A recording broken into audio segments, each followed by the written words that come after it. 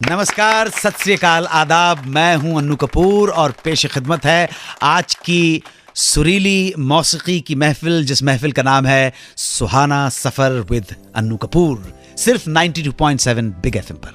ख़वातीनो हजरात, ladies and gentleman, देवियों और सज्जनों, आज की ये महफिल एक ख़ास महफिल है, इसलिए कि आज पहली बार हम गज़ल की बात करेंगे, या यूं कहें कि आज पहली बार गज़ल के बेताज बादशाह की बात करेंगे, गज़लों का बेताज बादशाह। और मैं आपको यकीन दिलाना चाहता हूं कि हमारे मुल्क में, हमारे देश में आज पहली बार, फर्स्ट टाइम, प्रथम अवसर है जब किसी मीडिया पे या टेलीविज़न के चैनल पर या रेडियो चैनल पर गज़लों के बेताज बादशाह को खराज अकीदत पेश की गई हो।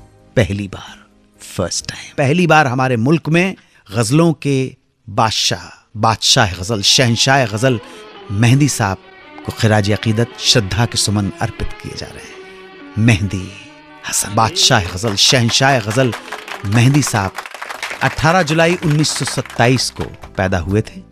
हिंदुस्तान का एक छोटा सा गांव लूना, राजस्थान में एक डिस्ट्रिक्ट है झुंझुनू। मेहंदी हसन को संगीत विरासत में मिला क्योंकि इनकी कई पीढ़ियों ने संगीत की सेवा की थी। इनके खानदान में कोई गायक था तो कोई साजिंदा। कहते हैं कि मेहंदी हसन अपने खानदान की 16वीं पीढ़ी के थे जो संगीत से जुड़े हुए थे। हाँ जी, इनके खानदान को कलावंत घराने के नाम से जाना जाता था। संगीत की तालीम वालिद साहब उस्ताद अजीम खान और चचा इस्माइल खान की देखरेख में शुरू हुई। ये दोनों ही ध्रुपद गायकी के महारथी थे और संगीत के मामले में बहुत ही सख्त थे। घंटों रियाज करवाते और मेहंदी पे कड़ी नजर रखते। वालिद और चचा की निगहबानी में, शागिर्दी में मेहंदी हसन ने सीखना शुरू किया। सीखते चले गए। मछली के बच्चों को तैरना कौन सिखाता है, वो तो अपने आप सीख जाते हैं। और फिर ईश्वर, गॉड, यहोवा, खुदा, अल्लाह आपको चुन लेता है।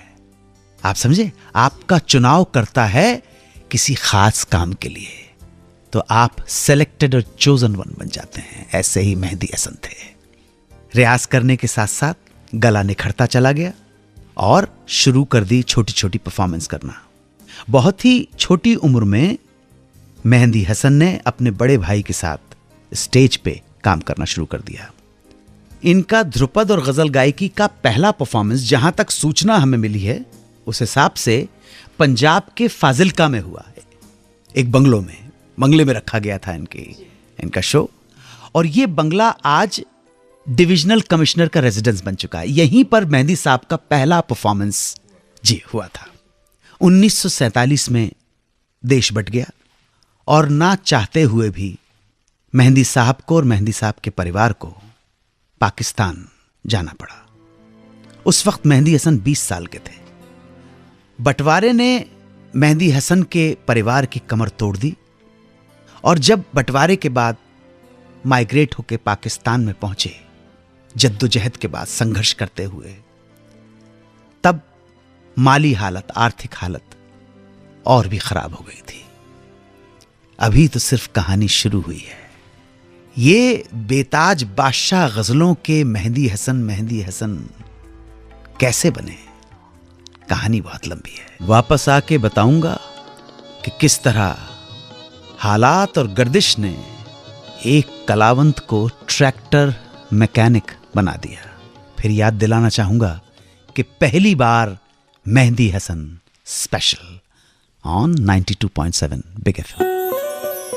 सुनते रहिए रेडियो का number 1 show Suhana Safar with Annu Kapoor, सिर्फ 92.7 बिग एफएम पर।